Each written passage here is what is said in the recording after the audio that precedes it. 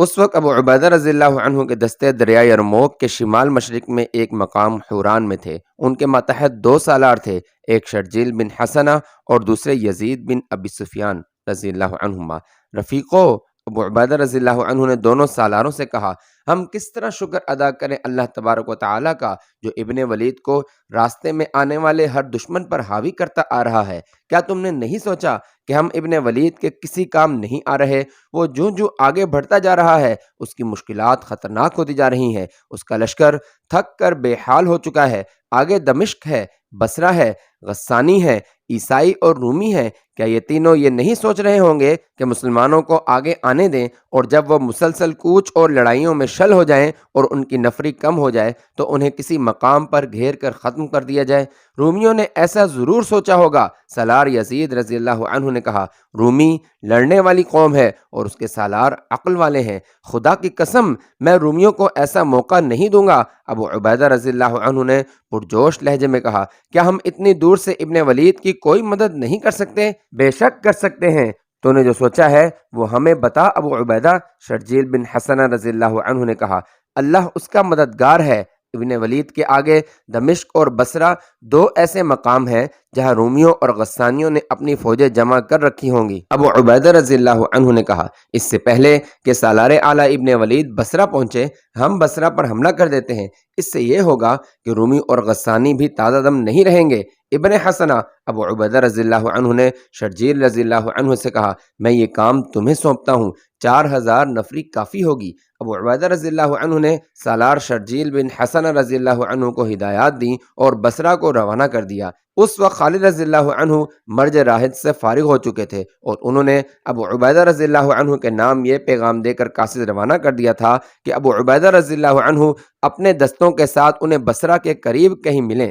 خالد رضی اللہ عنہ نے مرج راحت کے قصبے کے باہر 2-4 روز قیام کیا تھا۔ شرجیل رضی اللہ عنہ 4000 مجاہدین کے ساتھ بصرہ پہنچ گئے۔ رومی بصرہ کے باہر خیمہ زن تھے، وہ سمجھے یہ خالد رضی اللہ عنہ کی فوج ہے۔ ان کے جاسوسوں نے انہیں بتایا کہ اس فوج کا سالار کوئی اور ہے۔ مورخ لکھتے ہیں کہ رومی سالار یہ سمجھے کہ یہ مسلمانوں کی فوج کا ہرول ہے اور پوری فوج پیچھے آ رہی ہے۔ وہ مان نہیں سکتے تھے کہ اتنی فوج اتنے بڑے لشکر کو محاصرے میں لینے آئی ہوگی۔ رومی فوج جس کی تعداد 12000 تھی قلعے کے اندر چلی گئی۔ بصرہ قلعہ بند شہر تھا۔ شرجیل رضی اللہ عنہ نے قلعے کے قریب مغرب کی طرف کیمپ کیا اور اپنے لشکر کو کئی دستوں میں تقسیم کر کے قلعے کے ہر طرف متعین کر دیا۔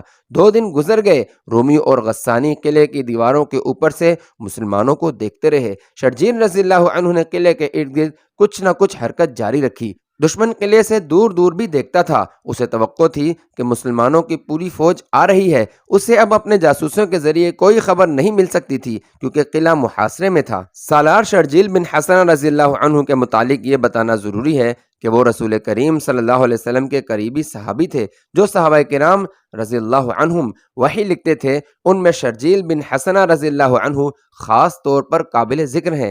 اسی حوالے سے انہیں کاتب رسول بھی کہا جاتا تھا۔ شرجیل رضی اللہ عنہ کا زہد و تقوی تو مشہور ہی تھا، وہ فن حرب و ضرب اور میدان جنگ میں قیادت کی مہارت رکھتے اور کہا کرتے تھے کہ انہوں نے یہ فن خالد رضی اللہ عنہ سے یمامہ کی جنگ میں، پھر آتش پرستوں کے خلاف لڑائیوں میں سیکھا ہے۔ محاصرہ بصرہ کے وقت ان کی عمر 70 سال سے کچھ کم ہی تھی۔ جذبے اور جوش و خروش کے لحاظ سے وہ جوان تھے اور ان کی شاہ سواری اور تیغ زنی جوانوں جیسی تھی۔ محاصرے کا 3 دن تھا۔ رومیوں کو یقین ہو گیا کہ مسلمانوں کی نفری اتنی ہی ہے جس نے محاصرہ کر رکھا ہے، اگر مزید فوج نے آنا ہوتا تو اب تک آ چکی ہوتی۔ چنانچہ انہوں نے اپنی 12000 نفری کی فوج باہر نکال لی۔ نفری کے افراد کے بل پر وہ ایسی دلیرانہ کارروائی کر سکتے تھے۔ مسلمان کل 4000 تھے۔ شرجیل رضی اللہ عنہ نے بڑی تیزی سے اپنے دستوں کو اکٹھا کر کے جنگی ترتیب میں کر لیا۔ اس طرح دونوں فوجیں آمنے سامنے آ گئیں۔ اے رومیو، شرجیل رضی اللہ عنہ نے آگے آ کر بلند آواز سے کہا، خدا کی قسم ہم بھاگنے کے لیے نہیں آئے، اپنی پہلی شکستوں کو یاد کرو، تم ہر میدان میں ہم سے زیادہ تھے، خون خرابے سے تم بچتے کیوں نہیں؟ ہماری شرطیں سن لو اور اپنے شہر اور اپنی آبادی کو تباہی سے بچا لو۔ ہم شکست کھانے کے لیے باہر نہیں آئے۔ رومی سالار نے آگے آ کر کہا، واپس چلے جاؤ، زندہ رہو، وہ کوئی اور تھے جنہوں نے تم سے شکستیں کھائی ہیں، خدا کی قسم ہم لڑائی سے منہ نہیں موڑیں گے۔ شرجیل رضی اللہ عنہ نے اعلان کیا، لیکن تمہیں ایک موقع دیں گے کہ سوچ لو، آگے آؤ اور ہماری شرطیں سن لو۔ مکالموں اور للکار کا تبادلہ ہوا اور رومی سالاروں نے شرائط پر بات چیت کرنے کا فیصلہ کر لیا۔ ان کا سپہ سالار آگے آ گیا، ادھر سے شرجیل رضی اللہ عنہ آگے آگے۔ بول اے مسلمان سالار، رومی سالار نے کہا، اپنی شرائط بتا، اسلام قبول کر لو۔ شرجیل رضی اللہ عنہ نے کہا، یہ منظور نہیں تو جزیہ ادا کرو، یہ بھی منظور نہیں تو لڑائی کے لیے تیار ہو جاؤ۔ ہم اپنا مذہب نہیں چھوڑیں گے اور ہم جزیہ نہیں دیں گے، لڑائی کے لیے ہم تیار ہیں۔ اس کے ساتھ ہی رومی سالار نے مسلمانوں پر حملے کا حکم دے دیا۔ رومیوں کی تعداد 3 گنا تھی۔ شرجیل رضی اللہ عنہ نے اپنے 4000 مجاہدین کو جنگی ترتیب میں صف آرا کر رکھا تھا۔ انہیں اپنی نفری کی قلت کا احساس بھی تھا۔ انہوں نے اپنے دونوں پہلوؤں کو پھیلا دیا تھا تاکہ دشمن گھیرے میں نہ لے سکے۔ رومی جنگجو تھے اور ان کے سالار تجربہ کار تھے، وہ مسلمانوں کو گھیرے میں لینے ہی کی کوشش کر رہے تھے۔ لڑائی گھمسان کی تھی۔ شرجیل رضی اللہ عنہ قاصدوں کو دائیں بائیں دوڑا رہے تھے اور مجاہدین کو للکار بھی رہے تھے۔ مجاہدین اپنی روایات کے مطابق بے جگری سے لڑ رہے تھے۔ رومی 12,000 تھے، ان کے سالار انہیں دائیں بائیں پھیلاتے جا رہے تھے۔ شرجیل رضی اللہ عنہ نے اپنے دائیں اور بائیں دیکھا تو انہیں اپنے دستوں کی صورتحال بڑی تشویقناک دکھائی دی۔ ایسی صورتحال پسپائی کا مطالبہ کیا کرتی ہے، لیکن شرجیل رضی اللہ عنہ کی للکار پر مجاہدین کا جوش اور جذبہ بڑھ گیا۔ وہ پسپائی کے نام سے ناواقف تھے، ان پر جنونی کیفیت طاری ہو گئی اور 4-5 گھنٹے گزر گئے۔ پھر وہ صورت پیدا ہو گئی جس سے شرجیل رضی اللہ عنہ بچنے کی کوشش کر رہے تھے۔ دشمن کے پہلو پھیل کر مسلمانوں کے پہلوؤں سے آگے نکل گئے تھے، وہ گھیرے میں آ چکے تھے۔ اندر کی طرف نہیں سکڑنا۔ شرجیل رضی اللہ عنہ نے اپنے دونوں پہلوؤں کے کمانداروں کو پیغام بھیجے، باہر کی طرف ہونے کی کوشش کرو۔ شرجیل رضی اللہ عنہ کی چالیں بیکار ہونے لگیں۔ بے شک مسلمانوں کا جذبہ رومیوں کی نسبت زیادہ تھا، لیکن رومی تعداد میں اتنے زیادہ تھے کہ مسلمانوں پر غالب آ سکتے تھے۔ اللہ کے پرستارو، شرجیل رضی اللہ عنہ نے للکار کر کہا، فتح یا موت، فتح یا موت، فتح یا موت۔ اللہ سے مدد مانگو، اللہ کی راہ میں جانے دے دو، اللہ کی مدد آئے گی۔ مسلمانوں کے لیے یہ زندگی اور موت کا معرکہ بن گیا تھا۔ شرجیل رضی اللہ عنہ کی پکار اور للکار پر مجاہدین نے بلند آواز سے کلمہ طیبہ کا ورد شروع کر دیا، جس سے انہیں تقویت ملی، لیکن رومی ان پر حاوی ہو گئے تھے۔ مسلمانوں کے جوش اور جذبے میں قہر پیدا ہو گیا تھا۔ رومی فوج مسلمانوں کے عقب میں چلی گئی۔ اب مسلمانوں کا کچلا جانا یقینی ہو گیا تھا۔ رومی جو مسلمانوں کے عقب میں چلے گئے تھے، انہیں اپنے عقب میں گھوڑے سر پٹ دوڑنے کا طوفانی شور سنائی دیا۔ انہوں نے پیچھے دیکھا تو سینکڑوں گھوڑے ان کی طرف دوڑے آ رہے تھے۔ ان کے آگے 2 سوار تھے جن کے ہاتھوں میں تلواریں تھیں۔ ان میں سے ایک کے سر پر جو عمامہ تھا اس کا رنگ سرخ تھا۔ وہ خالد رضی اللہ عنہ تھے۔ خالد رضی اللہ عنہ اپنے لشکر کے ساتھ بصرہ کی طرف آ رہے تھے۔ ان کے راستے میں دمشق آیا، لیکن وہ دمشق سے ہٹ کر گزر رہے تھے۔ پہلے وہ بصرہ کو فتح کرنا چاہتے تھے۔ یہ اللہ کے اشارے پر ہوا تھا۔ اللہ نے کاتب رسول صلی اللہ علیہ وسلم کی پکار اور دعا سن لی تھی۔ خالد رضی اللہ عنہ جب کوچ کرتے تھے تو وہ اپنے جاسوسوں کو بہت آگے بھیج دیا کرتے تھے۔ بصرہ کی طرف آتے وقت بھی انہوں نے جاسوسوں کو بہت آگے بھیج دیا تھا۔ خالد رضی اللہ عنہ بصرہ سے تقریباً 1 میل دور تھے جب ان کا ایک شتر سوار جاسوس اونٹ کو بہت تیز دوڑاتا واپس خالد رضی اللہ عنہ کے پاس گیا اور انہیں بتایا کہ مسلمانوں کا کوئی لشکر بصرہ کے باہر رومیوں کے گھیرے میں آ رہا ہے۔ کون ہے وہ سالار؟ خالد رضی اللہ عنہ نے کہا، اور سوار دستوں کو ایڑ لگانے اور برچیاں اور تلواریں نکالنے کا حکم دے دیا۔ خالد رضی اللہ عنہ کے ساتھ جو دوسرا سوار گھڑ سواروں کے آگے آگے آ رہا تھا وہ خلیفۃ المسلمین کا بیٹا عبد الرحمن رضی اللہ عنہ تھا۔ اس نے اللہ اکبر کا نعرہ لگایا۔ رومیوں نے مقابلے کی نہ سوچی۔ ان کے سالاروں نے تیزی دکھائی، اپنے پہلوؤں کے دستوں کو پیچھے ہٹا لیا اور اپنے تمام دستوں کو قلعے کے اندر لے گئے۔ ان کا مسلمانوں کی تلواروں سے کٹ جانا یقینی تھا۔ قلعے میں داخل ہوتے ہوتے مسلمانوں نے ان کا تعاقب کیا اور کئی رومیوں کو ختم کر دیا۔ قلعے کے دروازے بند ہو گئے۔ خالد رضی اللہ عنہ غصے میں تھے۔ انہوں نے ایک حکم یہ دیا کہ زخمیوں اور لاشوں کو سنبھالو اور دوسرا حکم یہ دیا کہ تمام لشکر اکٹھا کیا جائے۔ انہوں نے سالار شرجیل بن حسنہ رضی اللہ عنہ کو بلایا۔ ولید کے بیٹے شرجیل رضی اللہ عنہ نے آتے ہی خالد رضی اللہ عنہ سے کہا، خدا کی قسم، تو اللہ کی تلوار ہے، تو اللہ کی مدد بن کر آیا ہے، لیکن تو نے یہ کیا کیا ابن حسنہ؟ خالد رضی اللہ عنہ نے غصے سے کہا، کیا تو یہ نہیں جانتا کہ یہ قصبہ دشمن کا مضبوط قلعہ ہے اور یہاں بے شمار فوج ہوگی؟ کیا اتنی تھوڑی نفری سے تو یہ قلعہ سر کر سکتا تھا؟ میں نے ابو عبیدہ کے حکم کی تعمیل کی ہے ابن ولید۔ شرجیل رضی اللہ عنہ نے کہا، آہ ابو عبیدہ! خالد رضی اللہ عنہ نے آہ لے کر کہا، میں اس کا احترام کرتا ہوں، وہ متقی اور پرہیزگار ہے، لیکن میدان جنگ کو وہ اچھی طرح نہیں سمجھتا۔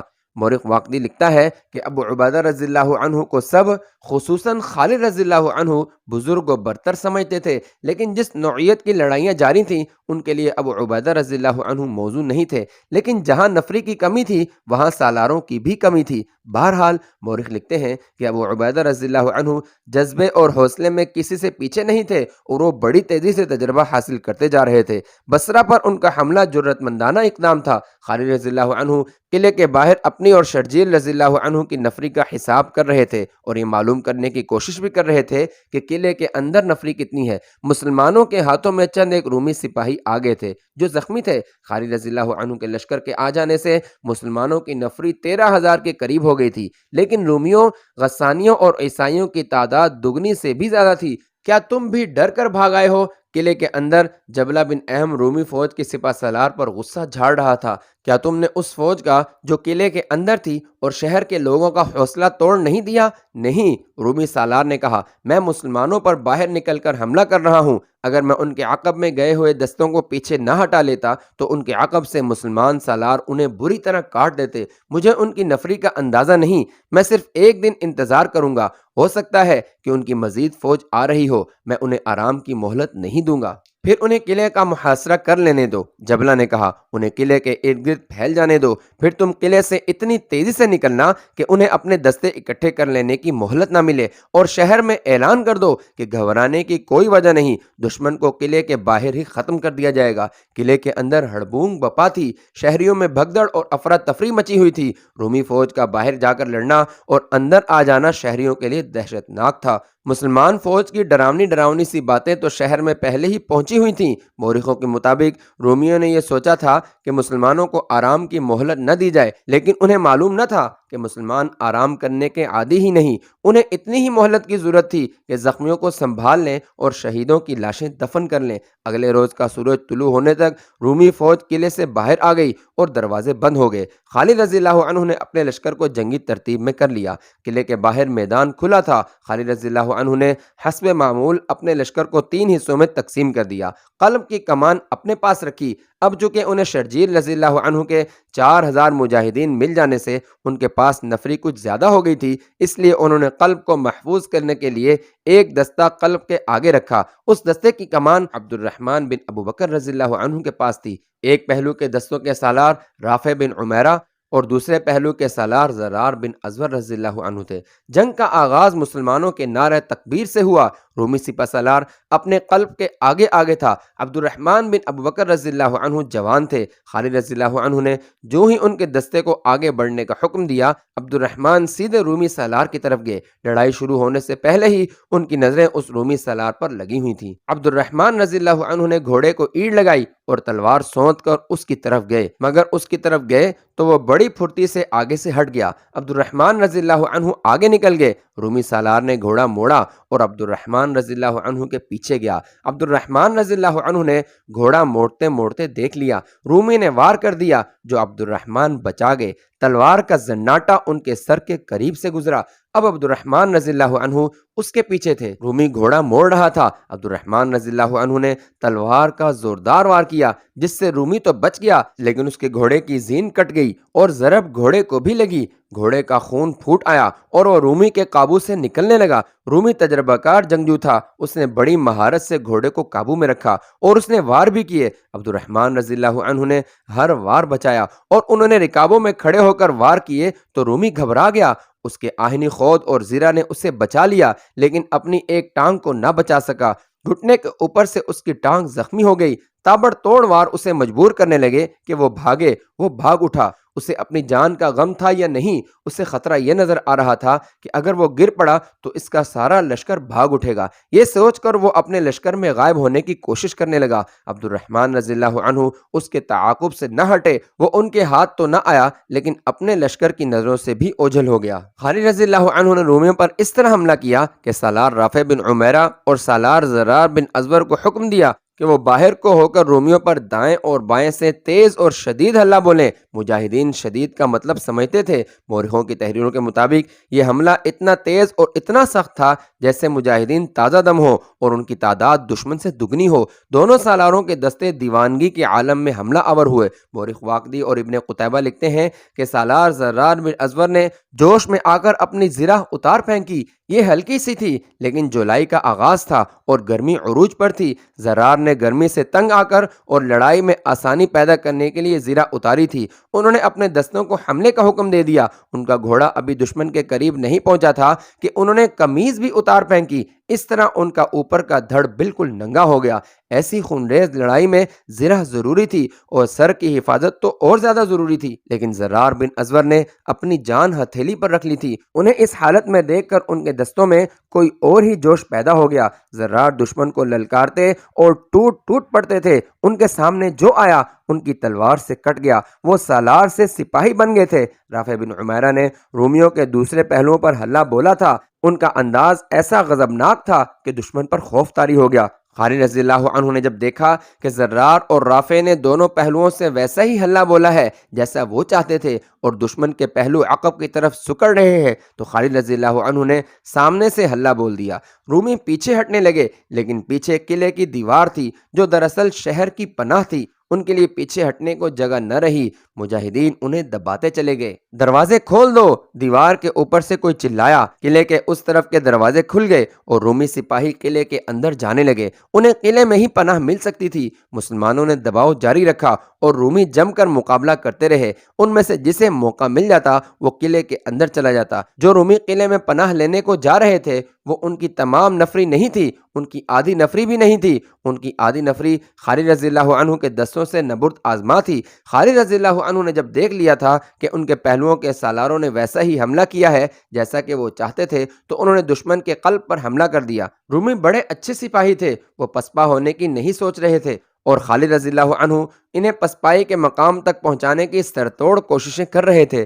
خالد رضی اللہ عنہ نے شجاعت اور بے خوف قیادت کا یہ مظاہرہ کیا کہ گھوڑے سے اتر آئے اور سپاہیوں کی طرح پا پیادہ لڑنے لگے۔ اس کا اثر مجاہدین پر ایسا ہوا کہ وہ بجلیوں کی مانند کودنے لگے۔ یہ ان کے ایمان کا اور عشق رسول صلی اللہ علیہ وسلم کا کرشمہ تھا کہ مسلسل کوچ اور معرکوں کے تھکے ہوئے جسموں میں جان اور تازگی پیدا ہو گئی تھی۔ یہ مبالغہ نہیں کہ وہ روحانی قوت سے لڑ رہے تھے۔ خالد رضی اللہ عنہ اس کوشش میں تھے کہ رومیوں کو گھیرے میں لے لیں، لیکن رومی زندگی اور موت کا معرکہ لڑ رہے تھے۔ وہ اب وار اور حلے روکتے اور پیچھے یا دائیں بائیں ہٹتے جاتے تھے۔ وہ محاصرے سے بچنے کے لیے پھیلتے بھی جا رہے تھے۔ آخر وہ بھی بھاگ بھاگ کر قلعے کے ایک اور کھلے دروازے میں غائب ہونے لگے۔ خالد رضی اللہ عنہ نے بلند آواز سے حکم دیا، ان کے پیچھے قلعے میں داخل ہو جاؤ، لیکن دیوار کے اوپر سے تیروں کی بوچھاڑیں آنے لگیں، برچھیاں بھی آئیں۔ مجاہدین کو مجبوراً پیچھے ہٹنا پڑا اور رومی جو بچ گئے تھے وہ قلعے میں چلے گئے اور قلعے کا دروازہ بند ہو گیا۔